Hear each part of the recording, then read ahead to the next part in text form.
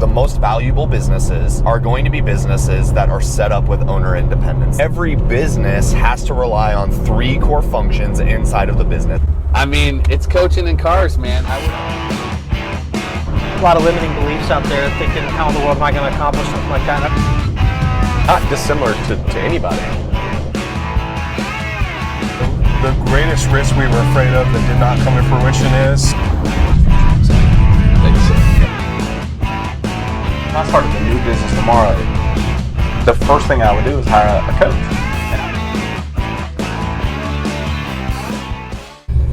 All right, everybody. So welcome back to Coaching in Cars. I have my friend Paul Thompson with me today. How's it going? He is the owner of a painting company. That's right. So tell us a little bit about you and tell us a little bit about the painting company. Yeah, so about me, I have spent over 10 years in corporate America, and then a few years back got an entrepreneurial itch. Got to a point in my life where I felt like if I was ever going to make a run at anything having to do with entrepreneurship, now was the time to do it. And so I jumped in and got into the trades, and we can get into that in a little bit. But yeah, Brightline Painting here in Greenville, South Carolina, and we're growing. We've got several locations across the Southeast. We're in two locations in North Carolina. We've got a couple of locations, 3 locations, 4 locations in South Carolina, and we're also in Savannah, Georgia. So really exciting times for us. Yeah, and I know when we first talked about starting the business, I don't know, maybe you did, but initially when we first started talking, you didn't really have a vision of taking it to multiple locations and helping multiple people. And it's funny because the perception that I got, I saw your Facebook ad. Yeah. Right? Which is awesome. Great marketing, by the way. Thank you. And I reached out to you, and I never would have thought that you were a multi-site business. I never would have thought anything, and I love the hometown feel. So tell me, what was your vision? There's thousands of painters out there. What was your vision to make something different and better than what everybody else does? Yeah, I think that's a great question. I think at the end of the day, I said I came out of corporate America, but it really was which is true, but it was in professional services. And so I have been the recipient of home service companies, and and not to talk down about them or anything. There's some good, hardworking people out there, but I think by and large, the service side, the customer service side of a lot of home services companies are really just lacking. And so what I was trying to do, or at least the thesis, was I was going to bring a lot of that, or try to bring a lot of that corporate white collar, white glove experience to the home services industry, and really try to elevate the customer experience from beginning to end. Yeah, it's funny, I come from home services as well, a whole nother line of home services, but our whole thing was exactly what you started the company as, which is the customer experience could be better. Mm-hmm. So who's going to make it better, and how do we make it better? And then actually what we ended up finding out was everybody around us started to having to up their game. So Nice. It's when we first started doing it, there was no quoting software. It was literally writing down our quote on a piece of paper and leaving a piece of paper, no callbacks, no process at all. If you called us, you're probably going to get a voicemail, all that stuff. But slowly we just started to nick away at all the things and just make them 1% better over and over and over again, to the point where all of a sudden everybody was doing what we did, because they're whoa, they give a really, really world-class experience to everybody. And that's what you're trying to achieve in the painting world. Exactly. So let's say somebody calls you,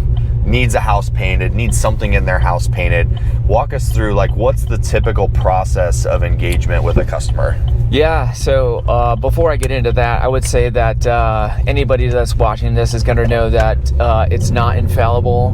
We are are constantly trying to tweak and improve upon the process. And as we continue to scale, obviously we're in multiple locations. That comes with its own headaches. And so we are trying to systematize our process, which is kind of redundant. If you have a process, you would think that you got a system with it. But, we're trying to systematize our process, streamline it, make it sure that it's consistent. So what you're going to do is you're going to call us up, and we're going to try to answer within 3 rings. We're going to get some immediate information from you, the boilerplate contact information of what, your name and address and your email, and a good time to come out for us to come out and walk the job. We never do anything over the phone, or at least we try to avoid it. We might make a special occasion or make a special case here and there, but really we want to be able to come out and meet you and walk the job, get an understanding of what it is that you're looking to get done, and from that moment forward, it's all part of the process in terms of like we've got project consultants that are out there walking the job with you, walking you through what it is, and really it's a consultative thing. We're coming in as the experts, and there's things that we'll try to do for you that's going to ultimately try to add value, right? So in terms of the customer experience, it's not just the amount of communication, but it's also going to be like, hey, why don't we go with this instead of that, or why don't we add this while we're there? And it's going to be, like I said, very consultative in nature. And so for instance, I remember we did a job not too long ago, and we were looking at this guy, and he wanted some fascia of redone, and it was metal flashing and fascia, and I actually walked up and I was like, look, I could charge you a stupid amount of money, but you're actually going to save a lot more money if you just go ahead and like have somebody like physically just replace that. Yeah. And that's what he ended up doing, and he actually thanked us for it, gave us a review, even though we didn't do anything. And that's the type of thing that we're trying to do. We want to do the right thing for our customers all the time. Yeah, and I think, ultimately doing the right thing always finds its way back to you as a business. 100%. I mean, obviously he left a review, and we all know what reviews do for businesses these days, but at the end of the day, he will tell somebody about his experience, exactly. And then that will, start to create this ripple effect over and over and over again for your business. So do the right thing all the time, and it will always find a way back to you. Yep, you just may not see it in the moment. No, exactly. But it will. Yeah, exactly. And it's actually, I would say one thing that's probably been surprising to me is that we want a certain percentage of our revenue derived from referrals, right? It lowers the cost of overall marketing, our ad spend. We can get we tend to close those at a higher rate. So there's a lot to do by actually providing second mile service, if I can call it that way. Yeah. But it was actually surprising to me that how quickly we were actually getting referrals from people. We weren't in business very long before we were suddenly, we were referred to a friend and to a family member and to. So we're not quite at the percentage that I want to be, but it's amazing to me how quickly that comes around. Yeah. So when you started it, you had this vision of, creating a white glove service for, basically a trade. Sure. And now you've got the opportunity to do that. So where's it going? What's the plan? Yeah. Where are you taking it? What's the goal? What's the 5 years out look like? Sure. All of those things. Yeah, absolutely. So private equity has kind of been playing a big role in the trades in the last few years. They're picking up a lot of HVAC and plumbing companies. And so in many ways, I'm building this thing with the intent, with building it to sell. Yeah. And I'm building it with that framework because it's going to look fundamentally different if the structure of the organization can operate effectively as if somebody was going to come in, kind of everything is turnkey and ready to go. And I think in many ways, because of that, it's going to only inform and increase the customer experience. We're going to have to build in some redundancies. Our systems are going to have to be good. And and as far as we're concerned, we want to be able to continue to provide tremendous service. There's a lot of other, I think in the painting industry in particular, there's a lot of franchises out there. Now, I'm not here to knock on them necessarily, but I would say that they're limited, I think, in many ways they can't create like a certain level of income. Those owner-operators have to stay as owner-operators. And so, I think there's a certain level of churn associated with franchises and franchisees and things of that nature. And so it's a good business model for the franchisor, but for the franchisee, they're locked in for 10 years and all this other stuff. But, so for us, so you might be getting something, and I'm not trying to pick on anyone in particular, but you might have a CertaPro in one given area. I think they're one of the biggest paint franchises in the nation right now. But it might go through 3 or 4 owners. In a given time span, and and what we want to do is we want some level of consistency, right? We want to be the local people. It's local management, local teams, and we just happen to be here, and we've been able to succeed in that. We've been able to gain some significant traction in a number of locations. And I would say in the future, we really want to be able, we're multi-state already, multi-location. I would say we want to be able to penetrate some of the larger markets. We're not in Charlotte yet. We want to go there. We're not in Atlanta yet. We want to be able to go there. And then I would also say that one of the things that we want to be able to do is take the capabilities and everything that we've been able to build out from a customer service standpoint, and we want to be able to, plug and play across other customer segments. Right now we have a huge footprint in with home builders, national home builders, but there's also custom home builders. There's a lot of large-scale general contractors and property management teams or companies, and so we think that we can add a lot of value to a lot of different cross sections of society that need some level of painting or coating. Yeah, totally. Yeah, and I want to go back to one thing that you were saying with the, like private equity and everything that's going on, which is honestly the best business plan that you can have is an exit plan. And I don't mean like an exit like I'm going to sell it plan. Right. It's like I'm going to run my business as if I died tomorrow. Or as if my kids are going to take it over, or as if private equity is going to come buy it. Because ultimately what that does is it creates owner independence outside of the business, which allows the business to run efficiently without the owner having to be the bottleneck of the business. So a lot of people think like, oh, that owner, he just wants to live on an island and make his money and do all of these things. And it's like, well, the reality is there's not a lot of owners that live that lifestyle. But they can live a lifestyle of being detached from the day-to-day operation of the business and looking out for the vision and the future and handling all the big relationships inside the business. I mean, I know Micah, and Micah basically does exit planning. Right? And he'll tell you all day the most valuable businesses that he works with are going to be businesses that are set up with owner independence, that do not depend on the owner to run the day-to-day operation in it, because the value of taking that person out of the business and it continuing to produce revenue, it far exceeds the value of whatever the company is making if that person is super involved in the business.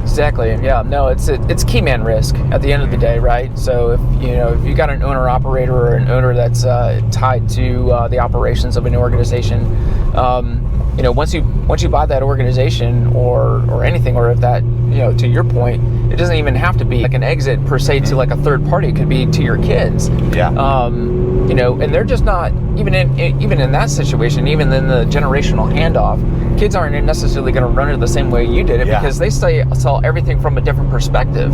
They weren't there when you were like grinding it out, working 70, 80 hours a week to kind of get this thing off the ground.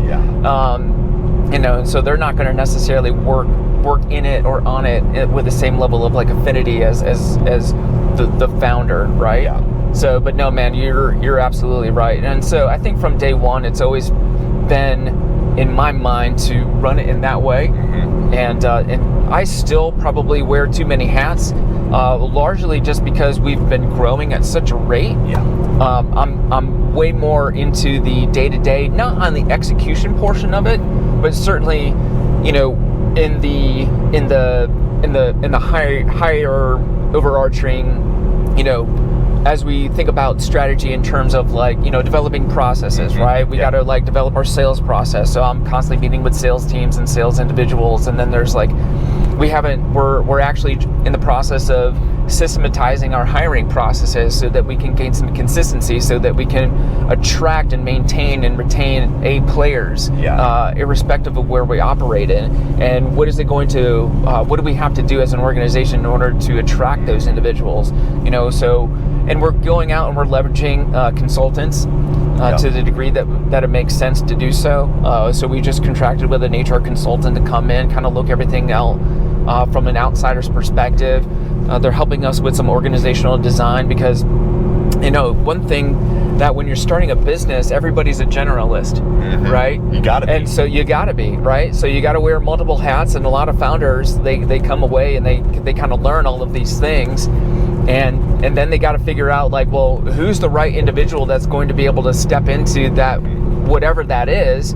And I would say probably one of the things, and I could be wrong here, this is just kind of off the cuff and from the gut, but I would think that a lot of founders are they almost try to find generalists themselves without necessarily getting specialists right away. And I think that's probably, to their detriment. So, and I've had to force myself to think that way too. It's like, hey, I need to get some specialists in here. I need to get some folks that really have, subject matter expertise in this given area, and then and really trust them and trust the process and kind of hand some of that stuff off, which can be tough to do. Yeah, normally on this channel we don't go like super deep into what I do or how we do it, but just a nugget to like kind of conceptualize for the listener about what you're talking about. Realistically, every business that exists, regardless of what you do, even if it's a nonprofit, at the end of the day, the goal is to make a profit. Now, I know with a nonprofit, it's like, oh, that doesn't make sense. Well, you still have to pay your people unless you're granted by the government and all of those things. But ultimately, the goal is still to produce a product or a service for somebody. Well, every business has to rely on 3 core functions inside of the business, and all 3 of them have to be extremely strong. The first one is you have to get work. That's some people call it marketing, sales, whatever you want to call, or marketing and sales, whatever you want to call it. That's right. But you got to get work. That's the first function. The second function is now you have to do work. Right? So you have to actually like physically produce the product or service that you are selling people.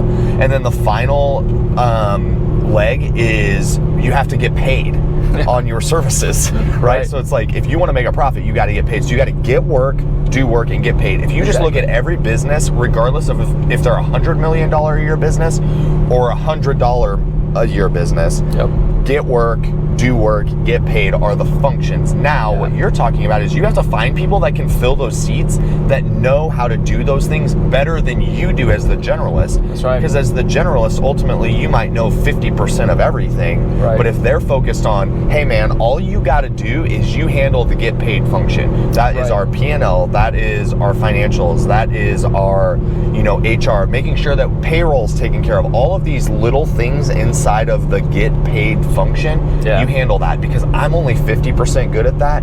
I can understand it, but I can't do it all day, every day like you. And then in the do work phase, like, you're not going out and you're not painting houses every day.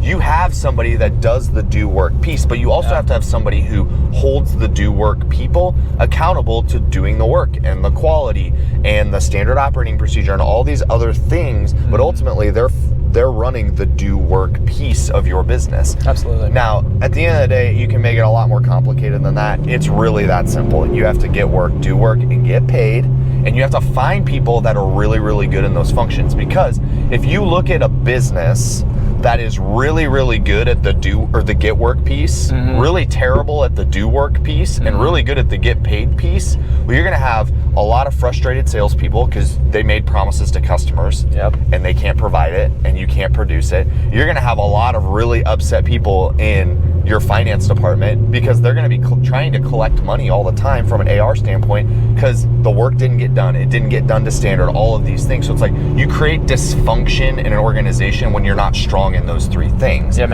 then just to loop it back around, Paul cannot be strong in all 3 of those things. You have to delegate those things out to people who are really, really good at those functions. And it was funny to me because I oddly enough, I never perceived myself as like an operator, and so having to come to face with my own shortcomings has been quite a lesson. But and I would even say, like, one of the things you want to be able to do is, because you're selling and producing, and then kind of financial collecting the stuff on the back end kind of takes a back seat, is kind of after the fact. But from my perspective, the easiest thing to do is probably find that guy or find that individual that can produce, and give it over there. So I probably held the sales and marketing hat for probably longer than I should have, but it's been really hard to give that up, especially at the rate that we've been growing. We've really been able to penetrate a lot of these markets, leveraging the contacts that we've been able to build in one market and moving up to a different one, and it's really been terrific. But to take all of that and just hand it off to somebody, it's terrifying, right? Because that's the growth engine.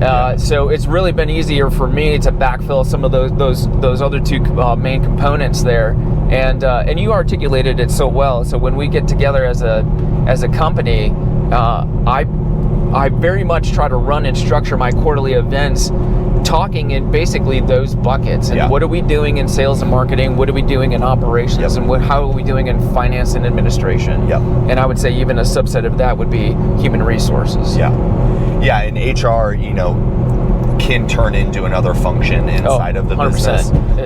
It's oftentimes an arm of another function. Like, HR can oftentimes be like an arm of the finance piece of it, right, or whatever. But that's the key. And I think ultimately, handing off services or functions of your business, yes, it's very, very hard, because at the end of the day, it's your baby. You started it, and really, like, if the business fails, you have the most to risk. You have everything on the line. So it's really hard to give those things up. But just like I know you have kids and I have kids, I have to let my kids do things 50 times slower than I could actually do it for themselves. Otherwise, they'll never be good at it. If I just keep doing it for them, number one, we can't grow as a family, because I'm going to be spending all my time tying shoes and changing batteries for the rest of my life. Or I teach them how to do those things, and we start to grow this relationship where I can trust them to do those things without me watching. So I can go to my 5-year-old and I can say, hey buddy, did you get your shoes on the right feet? Yes, he did. And he does it consistently every time. So now I don't have to manage that anymore. He just does it. So now we move on to the next thing of, hey, did you get this done right? Did you put the batteries in right? Did you do this? And it's like, that's how it works. But ultimately, what that comes back to is you have to have a blueprint of success, which you've created, and we call that process in our world. And we teach businesses that are growing and scaling just like yours, how do we take all of this tribal knowledge that made us really good, but now we have this bottleneck, we can't grow? How do we put it on paper, at least enough where we can go replicate the behavior and the result that we want out of people, right? To where if we brought somebody new in and we're like, oh, this is a really good A player, we hired this HR consultant to bring really good people to us and teach us how to manage these people and all of that. Now let's give them something that they can look at that says, go do these things, and if you do these things at a high level, it'll produce this result. Right. So it's like documenting those processes and documenting what made you great in the beginning as you do it. Not all of it, just enough of it to get you most of the way. Sure.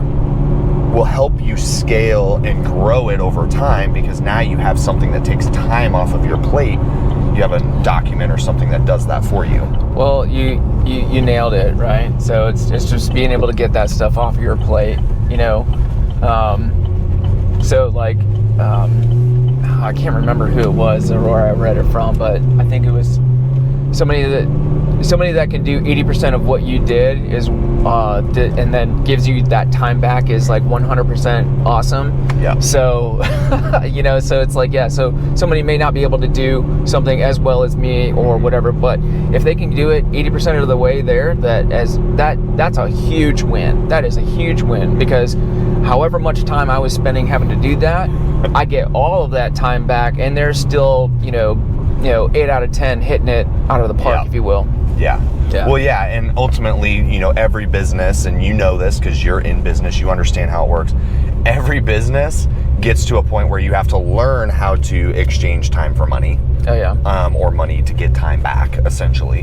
So it's like, as you grow and as you scale, you start to learn like, okay, well, I can no longer give this the time that I need to give it, but I can throw a little extra money towards this, and produce a even better result because it takes the time off of my table.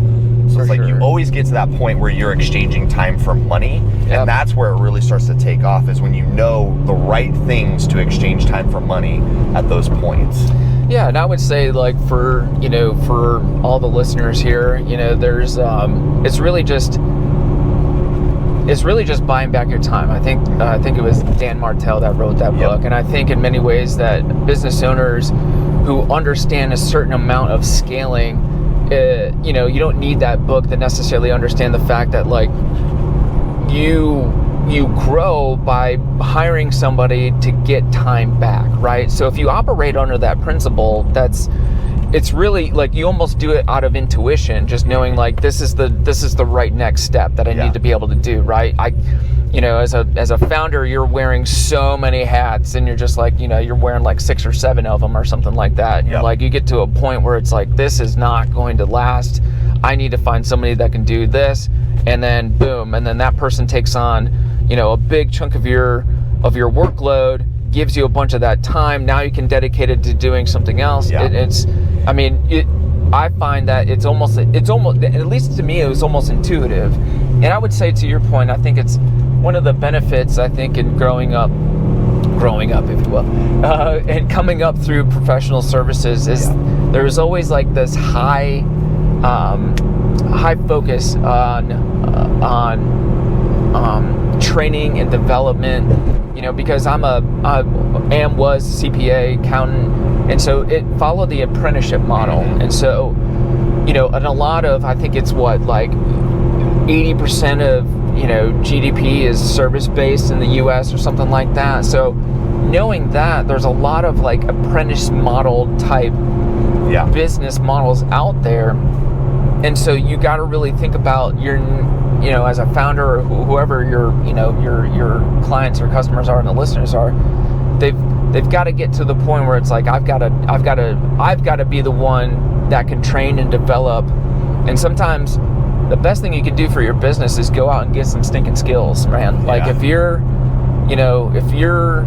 don't know how to necessarily articulate well or write well, or you're not a good listener, it could be, leaning into some of those things to get better at that stuff. And so you can take your company to the next step, and it might not necessarily be like a hard skill hire acquisition. It could be you need some soft skills if you're going to take this to the next level. Yeah, and I mean, most of the time that's sales marketing skills for the most part, to like fill the funnel as much as possible. Yeah. But you had said, like, you do it out of necessity and intuition. Sometimes it's out of pain that you do those things and go find people, because you're just like, this is so painful. And most of the owners that I work with, and most of the businesses that I work with, they're experiencing the unruly, chaotic growth and the pain that is associated with those things.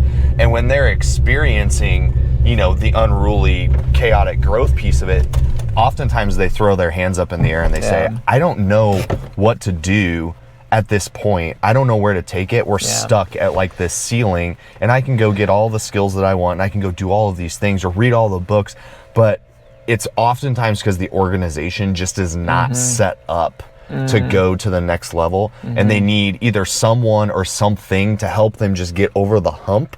Once you're over the hump, then it's like, okay, now we're off to the races again until we hit the next ceiling, Yeah, man, I think you bring up a good point, because it is really all about that pain point. And I would say, for me, I've tried to think 2 to 3 steps ahead of where I currently am. I'm not saying I do that with any kind of level of,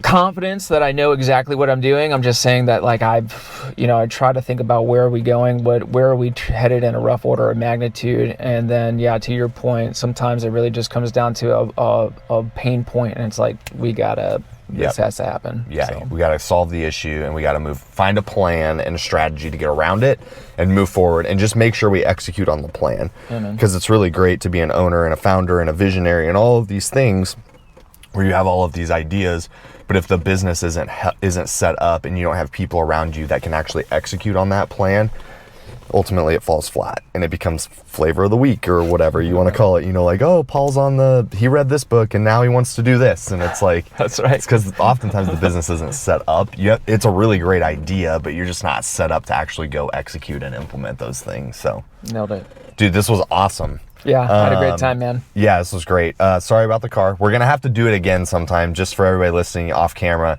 Having some issues with the car this morning. Don't know what's going on. I think it's a sensor thing. But ultimately, we got there and we got back and we got good conversation. And that's the goal of this whole thing. Absolutely. So if you want to just do a quick 30-second spot in terms of like, where can we find you? Where can we find the business, business name, service, just a 30-second spot on what you do and how we can find you.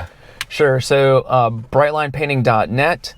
We are in commercial and residential drywall and paint.